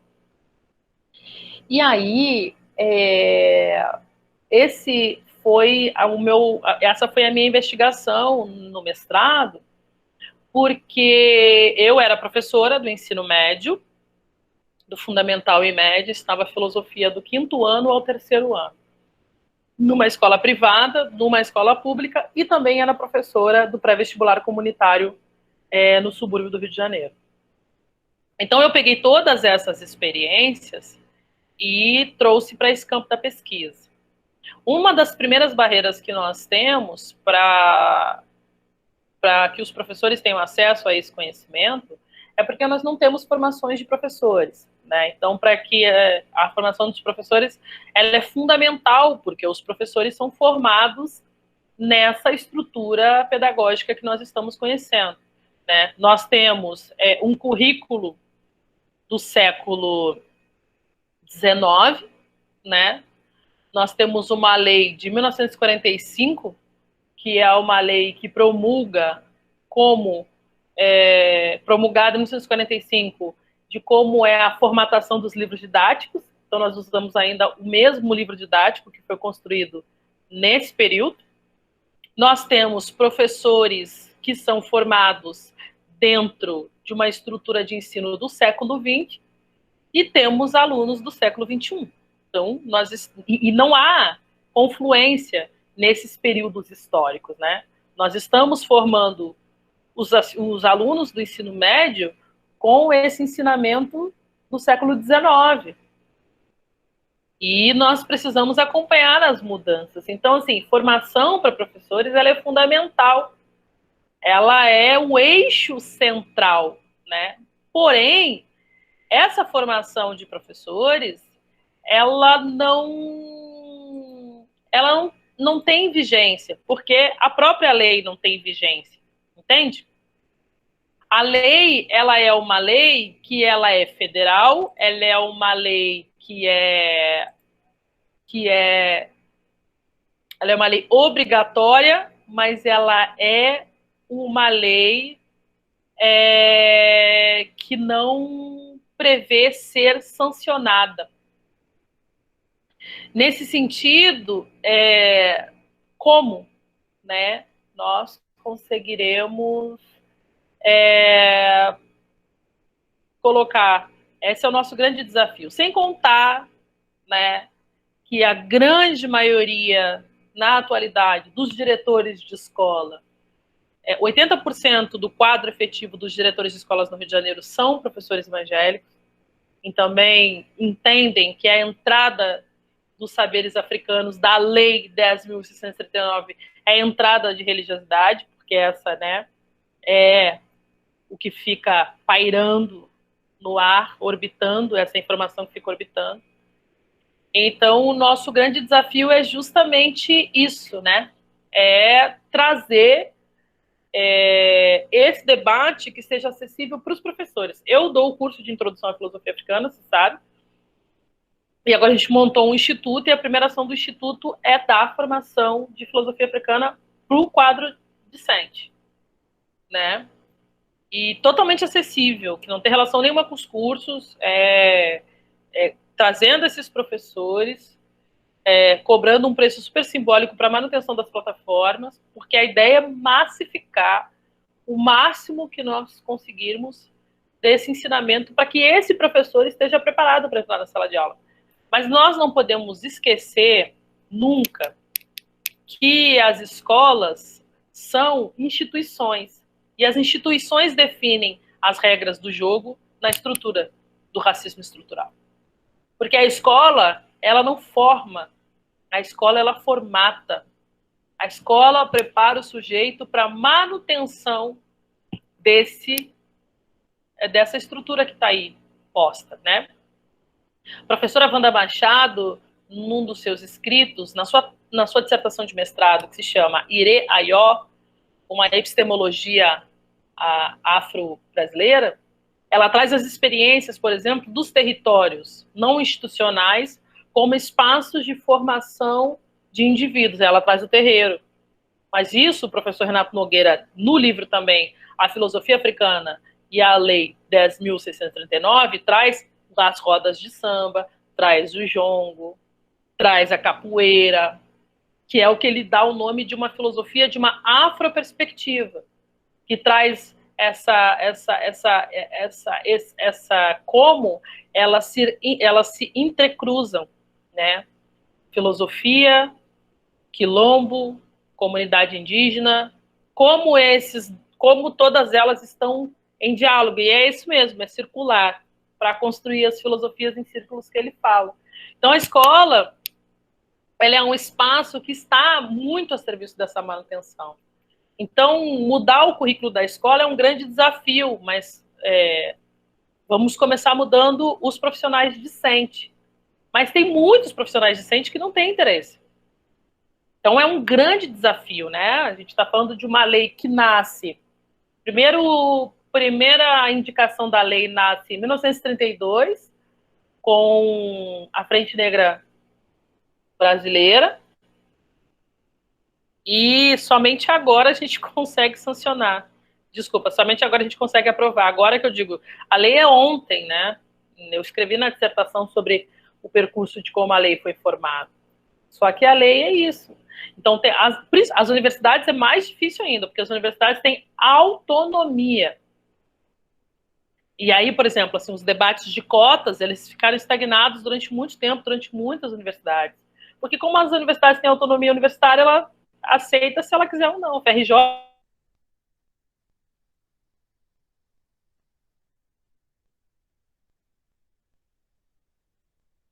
é um grande desafio, porque a gente está mudando a estrutura, o cenário do país. Então, eu acredito que nós estamos plantando essa semente, e aí nós aqui, né, que seremos professores, nós que sairemos daqui para ir para esse campo, né, para essa realidade do cotidiano direto, conseguir construir isso. E fazer essas formações, assim, né? É um grande desafio.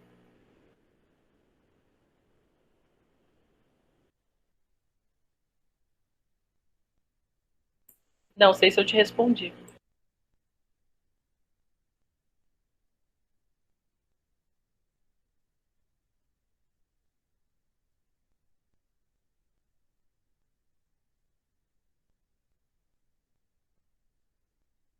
Eu acho que o Vinícius travou.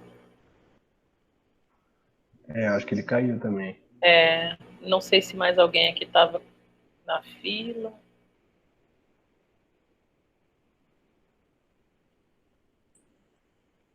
Guilherme Renan, pode abrir e perguntar.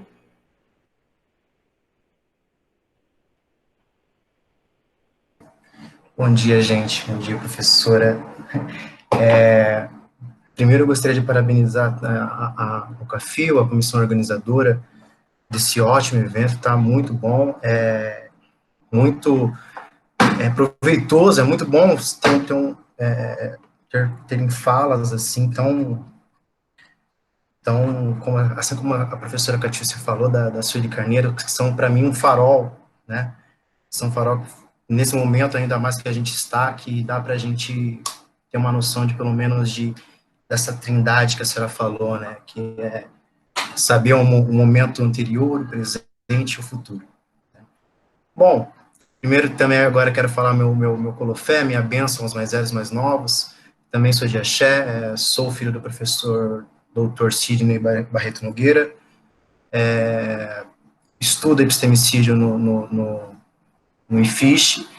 E falando agora um pouquinho da Sueli Carneiro, professor, eu queria mais ter uma pergunta, porque, bom, enfim, no meu objeto de pesquisa, eu estudo o epistemicídio no IFISH e tento fazer uma análise das ementas do currículo, né? Mas, como a professora Sueli Carneiro, ela coloca, existe uma questão de manutenção, né, que a todo momento que a gente democratiza um espaço, como a instituição, ela de um certo modo, servida à branquitude, ela faz a sua manutenção para que ainda assim permaneça alguns métodos ou modus operandi do racismo, daquela epistemologia invertida que Charles Mill já fala, né?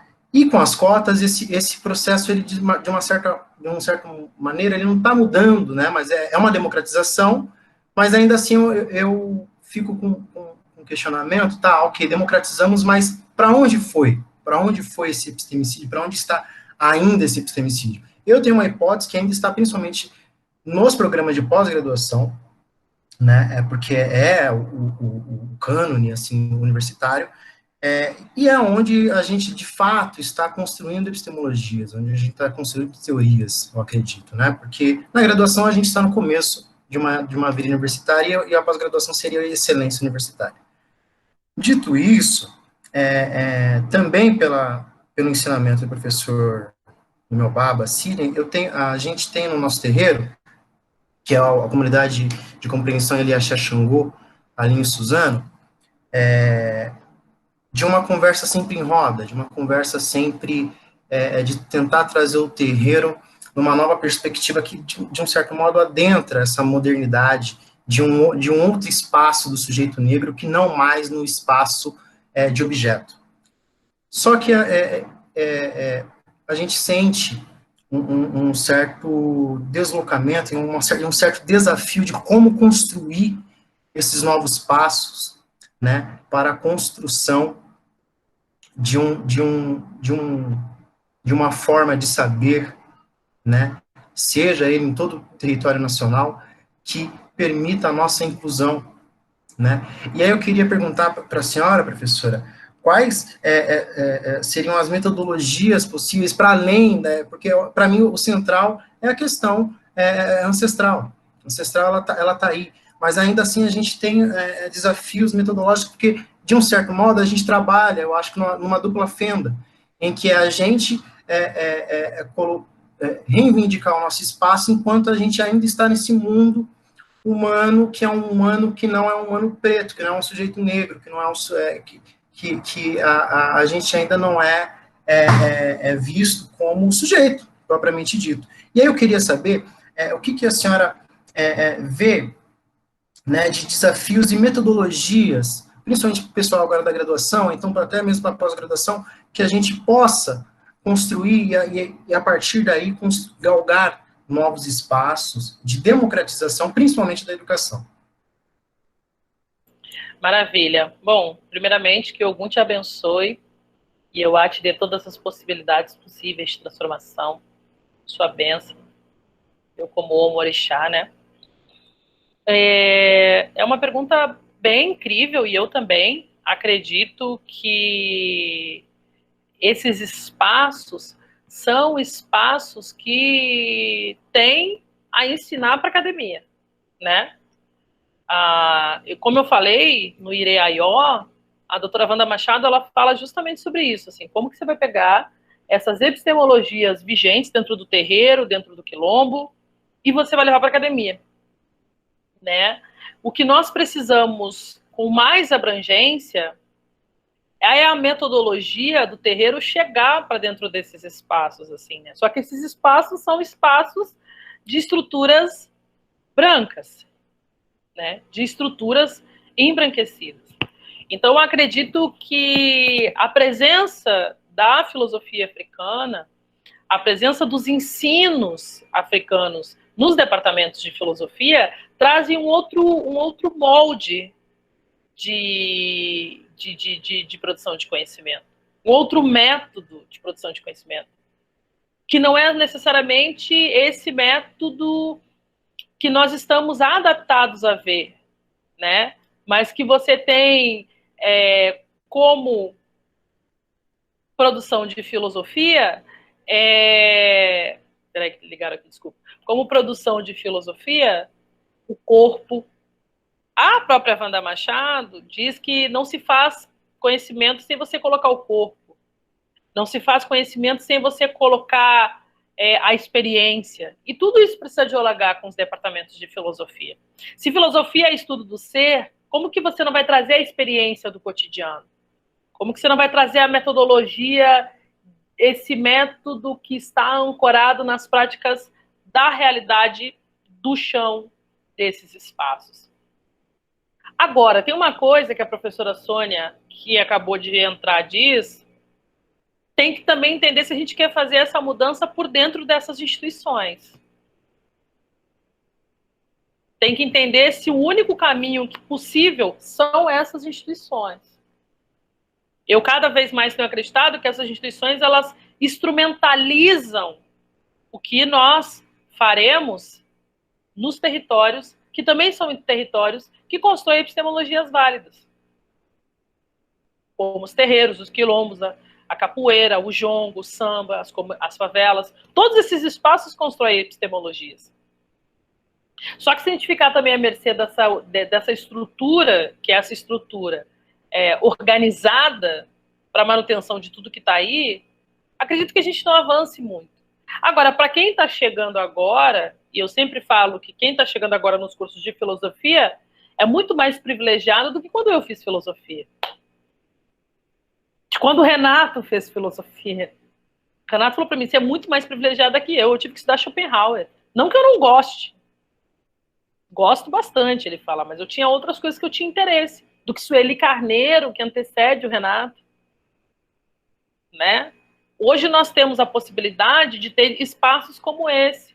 Agora, o que espaços como esse aqui desse diálogo que a gente está fazendo, podem produzir enquanto metodologia eficaz para a mudança dessa realidade, desse cenário.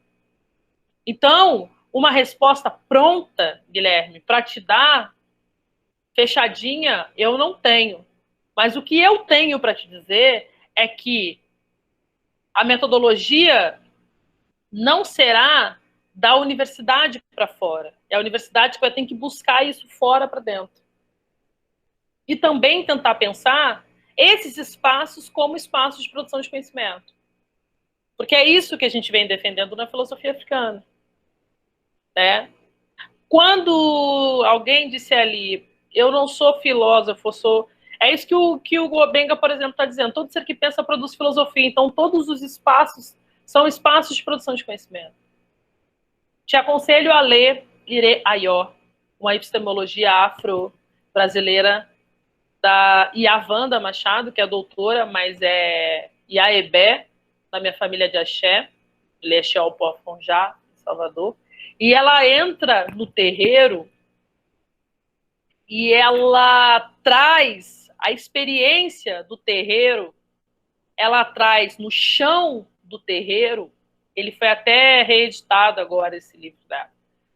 Ela traz na experiência do terreiro, ela traz na experiência desse chão, desse solo, a possibilidade de um conhecimento que é um conhecimento feito e atravessado em qualquer lugar que se pisa e onde se reconhece a educação. Porque é um processo que está vinculado à dinâmica da vida. Ela diz, inclusive, que... E é muito interessante, né? Porque ela fala que é um caos que organiza a dinâmica da vida. É um caos que se organiza sem nenhuma oportunidade. É Exu, é Maat. Então, que no caos pressupõe a ordem. O caos é mesmo esse caminho contrário, sabe? Quando no xirê a gente dança em sentido anti-horário, que faz muito mais sentido para nós, é essa a epistemologia que ela está trazendo. E que só pode ser vivenciada, presentificada, se tiver a dinâmica do corpo. Porque ela entende essas vivências pedagógicas, né? Ela diz, inclusive, que essas vivências pedagógicas elas podem acontecer em qualquer lugar. Na comunidade negra, na comunidade indígena, na comunidade quilombo, ribeirinha, nas ciganas. Enfim, ela vai dizer que pode haver esse processo de uma educação, né, que é um princípio de uma alteridade. Então, ela vai falar que é a partir desse modelo educacional que você organiza a metodologia na qual você quer usar. Que só é possível quando o sujeito traz a condição da sua presença, né? Porque é a partir daí que se compreende que essa cognição, esse processo cognitivo, é uma representação do mundo. Já dizia Schopenhauer, inclusive. O mundo é uma representação minha. Se o mundo é uma representação minha, os locais nas quais eu vou buscar essa representação não é o mesmo local que o próprio Schopenhauer escreveu sobre isso. Que é uma apresentação que busca a partir de um outro lugar. Mas, quando ele diz isso, e é importante dizer que Schopenhauer era hinduísta, então a gente sabe que isso não é uma premissa ocidental, a gente sabe de qual lugar ele está tirando isso. Ele está dizendo, eu posso falar somente de mim mesmo, do meu lugar, da minha experiência. Ou seja, é um saber africano, né? Que é, como diz Wanda Machado, essa cognição que é representada no mundo, que gesta a própria experiência com o mundo e que ela é imaterial através das vivências do cotidiano. E isso, essa universidade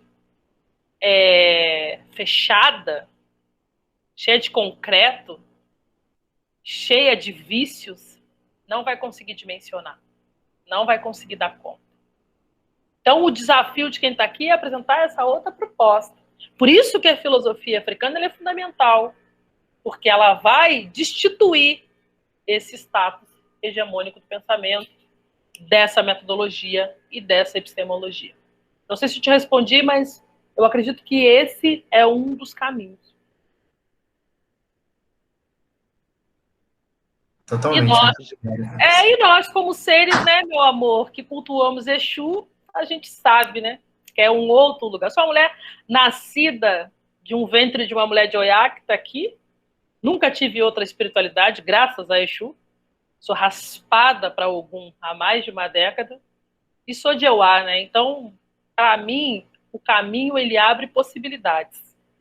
E aí, basta saber quais caminhos nós temos a possibilidade de seguir, transformar, refazer e reconfigurar a partir das nossas próprias experiências.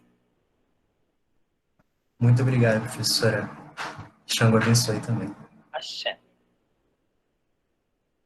Gente, desculpa. Muito obrigado, professora, pela resposta. Muito obrigado, Gui, pela pergunta. Eu caí em um momento, então peço desculpa se alguém mandou alguma pergunta aqui no chat, eu não consegui ver. A gente está no teto já de meio-dia, mas tenho mais uma mão levantada, como eu imaginei, que as perguntas são isso porque eu nem fiz as minhas. Então, professora, a gente pode fazer essa última pergunta. Pode. Eu nem vou fazer as minhas. A gente pode fazer essa última pergunta e encerra a mesa? Pode, então, pode sim. Por favor, eu passo a palavra para a Evelyn. Hotep, pessoal. Doar, Catiúcia, por toda essa fala aqui hoje. Na verdade, não é nenhuma pergunta, assim. É mais uma recomendação também, quando a gente está falando de outras metodologias, outras epistemologias. E nesse processo é importante pensar a prática docente, né? E eu queria fazer a recomendação de um livro aqui, que está em inglês, mas é Pedagogia Revolucionária, Cartilha para Professores de Crianças Pretas, que foi escrito pelo Molefe Achante, que também é meu líder dentro da organização internacional que eu faço parte, né?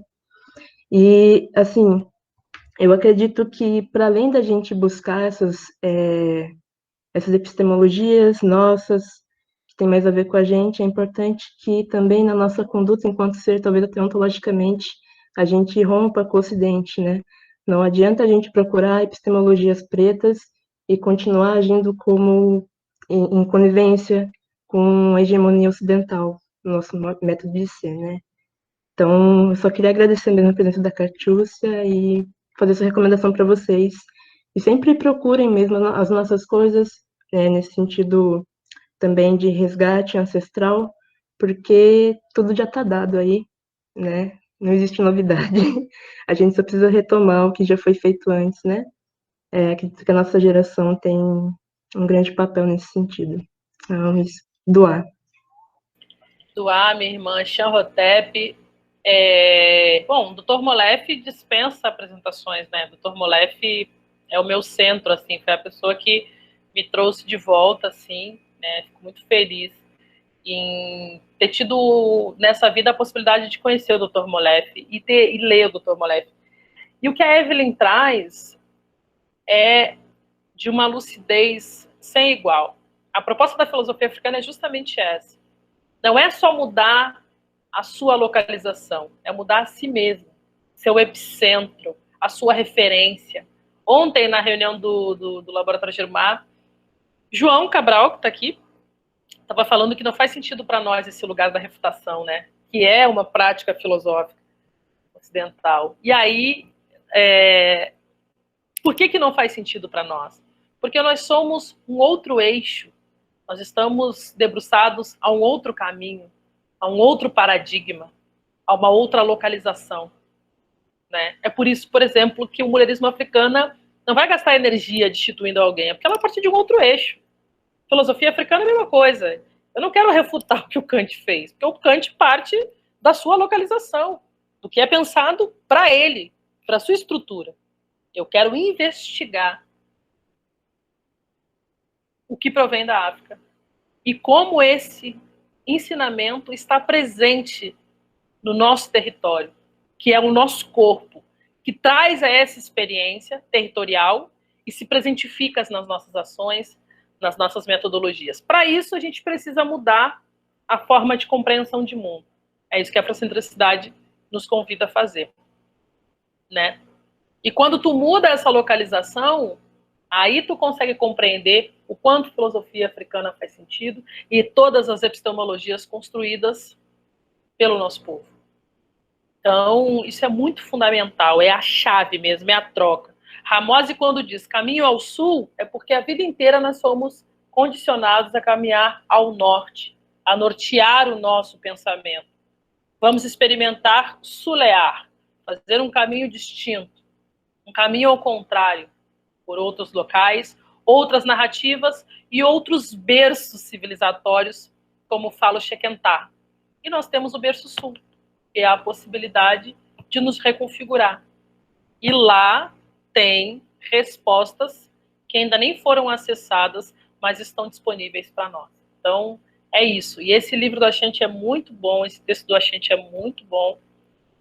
E que a gente possa consumir outras coisas, possa ler outras coisas. O epistemicídio no Brasil ele é muito feroz porque ele nem traduz, né, o que é de mais importante para que a gente tenha acesso. Isso é um grande problema também. A gente não tem o Dr. Molefe traduzido, a gente não tem a doutora Marimbani traduzido, a gente não tem Shekentar Diop traduzido no Brasil. Isso sabe, isso é uma violência. Né? A gente lê o quilombismo de Abdias, e Abdias está falando de Shekentar, em 1976. Né? Então, assim, está falando de afrocentricidade, 1976. Nós estamos em 2021 e as pessoas ainda não têm acesso a esse conhecimento. A Conferência Internacional de Shekentar Diop, que acontece em Temple, organizada pelo professor Molefe, que inclusive as inscrições estão abertas, falo para vocês, coloquem 33ª conferência e se inscrevam. Eles querem ouvir o que o Brasil tem para trazer. Eles querem ouvir o que a gente tem para produzir. E esse ano, o tema da conferência é Sagrada Epistemologia, que é isso que o Guilherme nos trouxe, que é isso que Evelyn está trazendo. É isso que o Krenak está dizendo. E aí, aproveitando a presença de Evelyn, eu vou parafrasear um grande irmão meu, de tempo, de estrada, de vida, de axé, de tudo, Gabriel Swahili, que ele diz: nós somos, irmã, o futuro, nós somos o começo e nós somos o fim. É por isso que o futuro é ancestral. Gratidão imensa por essas 2 horas de potência, de troca de oxigênio, e quero deixar muito bem entendido que nós somos o povo do sol, brilhamos enquanto potência. Então, nada apaga o nosso sol, nada apaga o nosso dia. Mesmo quando está nublado, o sol está lá atrás. Então, não se desculpem por essas interferências, que é só a ancestralidade dando um pulsar para a gente seguir, para a gente continuar, entendendo que o nosso projeto é infinitamente maior. E como diz a organização, que minha querida Evelyn faz parte, vitória é o nosso destino. Gratidão, família, gratidão pela troca. O Laboratório Jerumá está extremamente aberto para diálogo, para troca. A gente vai fazer uma masterclass em breve. Está abrindo para ouvintes, quem tiver interesse. Então, vocês já sabem como me acessar, como procurar. Nesse semestre, nós estamos estudando Shekentar e os autores que dialogam com Shekentar. Tá certo?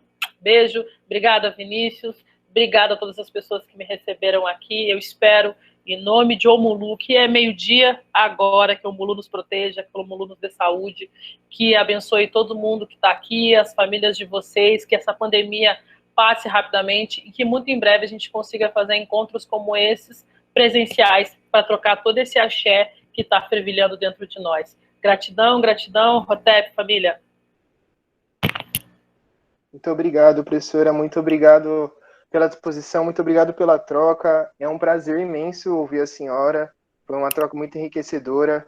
E essa mesa com certeza foi histórica. Mais uma vez, mesmo a senhora falando que não precisa pedir desculpas, peço desculpas, porque eu fiquei mexido, fiquei revoltado, acho que essa é a palavra, por isso acontecer, sendo que essa mesa foi uma das melhores que eu já participei em toda a minha vida de graduação, que também não é muito longa, foram 4 anos, mas sem dúvida essa foi uma das melhores. Então eu agradeço em nome do CAFIO, em nome dos alunos da filosofia, das alunas de filosofia, peço licença também para falar em nome deles. Muito obrigado, a senhora, muito obrigado por disponibilizar 2 horas do seu tempo, e muito obrigado aos ingressantes e aos não ingressantes também que estiveram presentes conosco. Sem vocês essa mesa não seria possível. Então, as referências que a professora citou, a gente vai mandar. Alguém do CAFIO anotou, eu espero também. E se não anotou, pesquisem Renato Nogueira na internet e Catiúcia Ribeiro e vai na bibliografia e acha. Tá? Acho que a gente também tem que pesquisar essas coisas. Claro que foram construídas pelo nosso povo, não só dar de mão dada, de mão beijada, assim. Então, muito obrigado, professora, mais uma vez. Obrigada, eu.